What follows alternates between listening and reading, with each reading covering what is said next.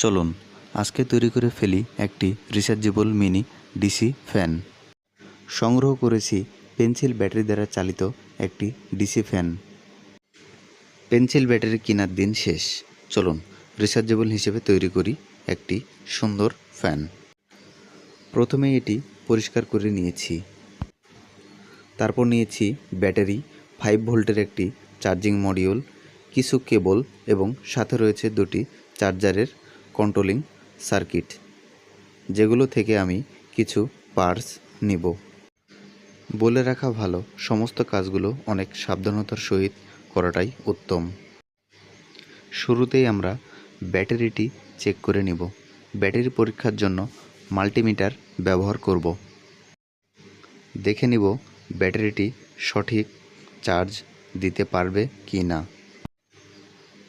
ব্যাটারিটি নিয়েছিলাম একটি পুরাতন অ্যান্ড্রয়েড নষ্ট ফোন থেকে। 4000 mAh ক্যাপাসিটির ব্যাটারি, দীর্ঘক্ষণ চার্জ যাওয়ার নিশ্চয়তা পাওয়া সম্ভব। যে কোনো অ্যান্ড্রয়েড ডিভাইসের ব্যাটারিতে চার্জিং মডিউল থাকে, এটাতেও ছিল। আমি সেটি খুলে রেখেছি, কারণ 5 ভোল্টের চার্জিং মডিউলটিতে চার্জিং সিস্টেম দেওয়াই রয়েছে। ব্যাটারির সাথে কেবলটির সোল্ডারিং করে নিলাম। চেষ্টা করব অনেকটা ভালো করে সোল্ডারিং করার, যাতে করে দীর্ঘস্থায়ী হয়। ব্যাটারির সংযোগ শেষে এবার চার্জিং মডিউলটির সাথে ব্যাটারির সংযোগ দিব। এক্ষেত্রেও চেষ্টা করব ভালো করে সোল্ডারিং করার। চেষ্টা করব প্রতিটি সোল্ডারিং শেষে খুব ভালোভাবে মডিউলটি পরিষ্কার রাখার, এতে করে মডিউলটি দীর্ঘস্থায়ী হবে। মনে রাখবেন, এই ধরনের চার্জিং মডিউলে ব্যাটারির সংযোগ দেওয়ার জন্য প্লাস এবং মাইনাস চিহ্ন দেওয়াই রয়েছে। সঠিকভাবে প্লাস এবং মাইনাস চিহ্ন দেখে কেবলের সংযোগ করুন। ব্যাটারির সাথে চার্জিং মডিউলটির সংযোগ দেওয়া শেষ। এবার চার্জিং মডিউলটির সাথে অন্যান্য কেবলগুলো সোল্ডারিং করে নেব। সোল্ডারিং করার সময় অবশ্যই আপনার হাত সাবধানে রাখবেন। সোল্ডারিং আয়রন অনেকটাই গরম। সোল্ডারিং আয়রন থেকে হাতে ফোস্কা পড়ার সম্ভাবনা থাকে। আমার প্রিয় ভাই এবং বোনদের বলবো, অবশ্যই লক্ষ্য রাখবেন কাজের সময়, যাতে করে যে কোনো ধরনের দুর্ঘটনা এড়িয়ে চলতে পারেন। দেখতে দেখতে চার্জিং মডিউলটির সাথে আস্তে আস্তে কেবলের সংযোগ করে নিলাম। এরপর সংযোগ করব আমাদের মেন ফ্যানটির মোটরের সঙ্গে।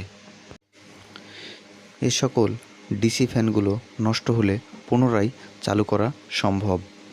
বাজারে মোটর, ব্যাটারি, চার্জিং মডিউল এগুলো কিনতে পাওয়া যায়।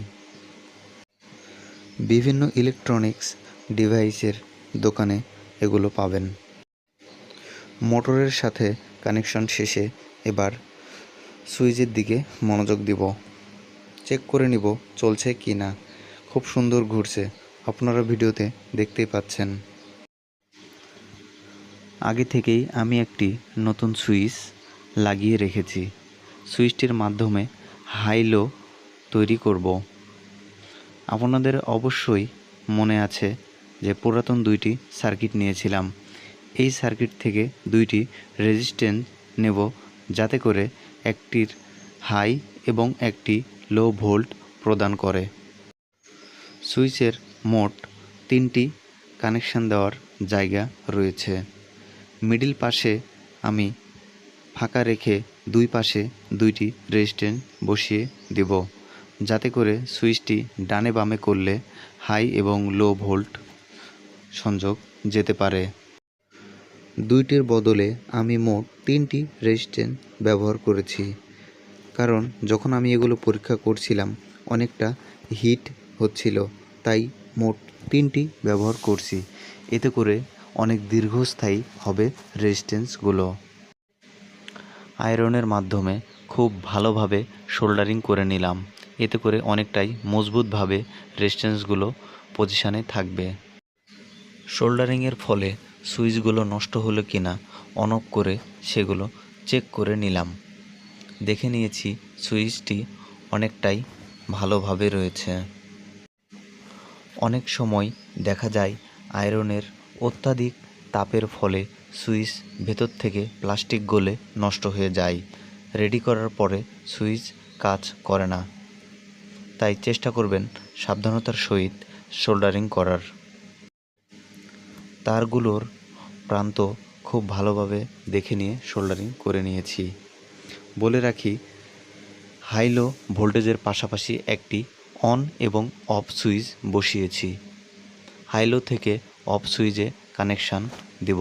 এই সুইচের মাধ্যমে হাই অথবা লো থাকা অবস্থায় আমি ফ্যানটি বন্ধ এবং চালু করব। বডিটি কেটে সুন্দর করে সুইচটি বসিয়ে দিয়েছি। এবার সংযোগের পালা। দেখতেই পাচ্ছেন ধীরে সুস্থে আয়রনের মাধ্যমে কেবলগুলো সোল্ডারিং করে নিচ্ছি। কানেকশন দিচ্ছি সুইচের এবং কেবলের। মোটরের কানেকশন কেবলটি আরও একবার লাগিয়ে দেখে নিচ্ছি ফ্যানটি চলছে কি না। খুব সুন্দরভাবে ফ্যানটি ঘুরছিল, তাই শেষ সোল্ডারিংটি সুইচের সাথে কানেকশন দিয়ে দিলাম। আরও একবার মাল্টিমিটারের সাহায্যে ব্যাটারি এবং চার্জিং মডিউলটি পরীক্ষা করে নিচ্ছি। দেখে নিচ্ছি কোনো ধরনের কোনো সমস্যা রয়েছে কি না। ভোল্টেজগুলো সঠিকভাবে ফ্যানে পৌঁছাবে এই আশায় সমস্ত কিছু আরও একবার চেক করে নিচ্ছি। চেক করা শেষ হয়ে গেলে চার্জের লাইন দিয়ে দেখে নিব চার্জিং মডিউলটি কাজ করছে কি না। মডিউলটি কেনার পর আমি একবার চেক করে নিয়েছি, তারপরে আরও একবার চেক করছি। দেখতেই পাচ্ছেন খুব সুন্দর লাল আলো জ্বলছে, অর্থাৎ মডিউলটি কাজ করছে। এবার সঠিকভাবে ফ্যানটি লাগিয়ে ফেলব। এবার ফ্যানটি চেক করে নেব। দেখে নিব ফ্যানটির বডিতে কোনো সমস্যা আছে কি না, যাতে করে ফ্যানটি চালানোর সময় কেবলগুলো কোনো ধরনের বাধার সৃষ্টি না করে। চার্জিং মডিউলটি সঠিক জায়গায় বসানোর জন্য আঠার ব্যবহার করব। হালকা একটু আঠা দিয়ে চার্জিং মডিউলটি সঠিক জায়গায় বসিয়ে নিলাম। চার্জিং মডিউলটি বসানো শেষ। এবার ব্যাটারির কন্ডিশন দেখার পালা। কোন পজিশনে ব্যাটারিটি ভালোভাবে থাকবে সেই পজিশনটি ধীরে ধীরে দেখে নেব। যদিও আগে থেকেই দেখে নিয়েছি ব্যাটারিটি লাগানোর জায়গা রয়েছে। আপনারা সব সময় খেয়াল রাখবেন একটি ফ্যান তৈরি করার সময় যে ব্যাটারিটি ব্যবহার করবেন অবশ্যই সেই ব্যাটারিটি যেন ফ্যানের ভিতরে রাখার জায়গা থাকে। আমিও ফ্যানটি নির্বাচন করার পর এটির ভিতরে ব্যাটারিটির জায়গা থাকবে এটা দেখে নিয়েছিলাম। ফ্যানটি চলার সময় এক পাশ থেকে হাওয়া গ্রহণ করবে এবং যে পাশে মোটর রয়েছে সেই পাশটি ব্লক করা রয়েছে। প্লাস্টিকের বডিতে ব্যাটারিটি লাগানোর জন্য আমি সামান্য কিছু ফোম ব্যবহার করেছি। নির্দিষ্ট জায়গায় ব্যাটারিটি রাখার পর খুব সুন্দরভাবে ফ্যানটি ফিটিং হচ্ছিল। দেখে নিয়েছি ফ্যানটির ফিটিং কন্ডিশন অনেকটা ভালো পজিশনেই ছিল। ফোমের সাথে কিছুটা আঠা লাগিয়ে ব্যাটারিটি এক জায়গায় ফিট করে দিলাম। এবার উপরের কাভারটি লাগানোর পালা। শেষবারের মতো তারগুলো আমি সঠিক জায়গায় রাখছিলাম। এবার উপরের কাভারটি আস্তে আস্তে লাগিয়ে দিব। দেখে নিব আর কোনো সমস্যা হয় কি না। সঠিকভাবে কাভারটি লাগানোর পর ফ্যানটি পুনরায় চার্জের লাইন দিয়ে এবং সুইচ অন অফ করে দেখে নিব চলছে কি না। মোটামুটি রেডি। সুইচটি অন অফ করে দেখে নিচ্ছিলাম ফ্যানটি কতটা সুন্দর চলছে। চার্জিং মডিউলটি চেক করে নিলাম, দেখছিলাম অনেকটা সুন্দর লাল আলো জ্বলছিল। চার্জ অবস্থায় ফ্যানটি কতটা সুন্দর চলবে এটা দেখার জন্য আবারও সুইচটি অন অফ করলাম। দুই পাশে দুইটি সাইড রয়েছে, দুই সাইডটি ওপরে এবং নিচে করা সম্ভব। টিস্যুর মাধ্যমে দেখছিলাম হাওয়ার জোর কতটা। অনেকটা সুন্দর এবং জোরে বাতাস বইছিল। ঠান্ডা হাওয়া আসছিল ফ্যানটির মধ্য থেকে। ডানে বামে দেখা শেষ, চলুন আরও একবার চালিয়ে দেখি। এবার ফ্যানটি চালু করে টিস্যু দিয়ে দেখছি। মজার ব্যাপার, সামান্য কিছু টাকা খরচ করে পুনরায় ফ্যানটি চালু করে ফেলেছি। সবাইকে অসংখ্য ধন্যবাদ আমার ভিডিওটি দেখার জন্য। সবাই ভালো থাকবেন। আল্লাহ হাফেজ।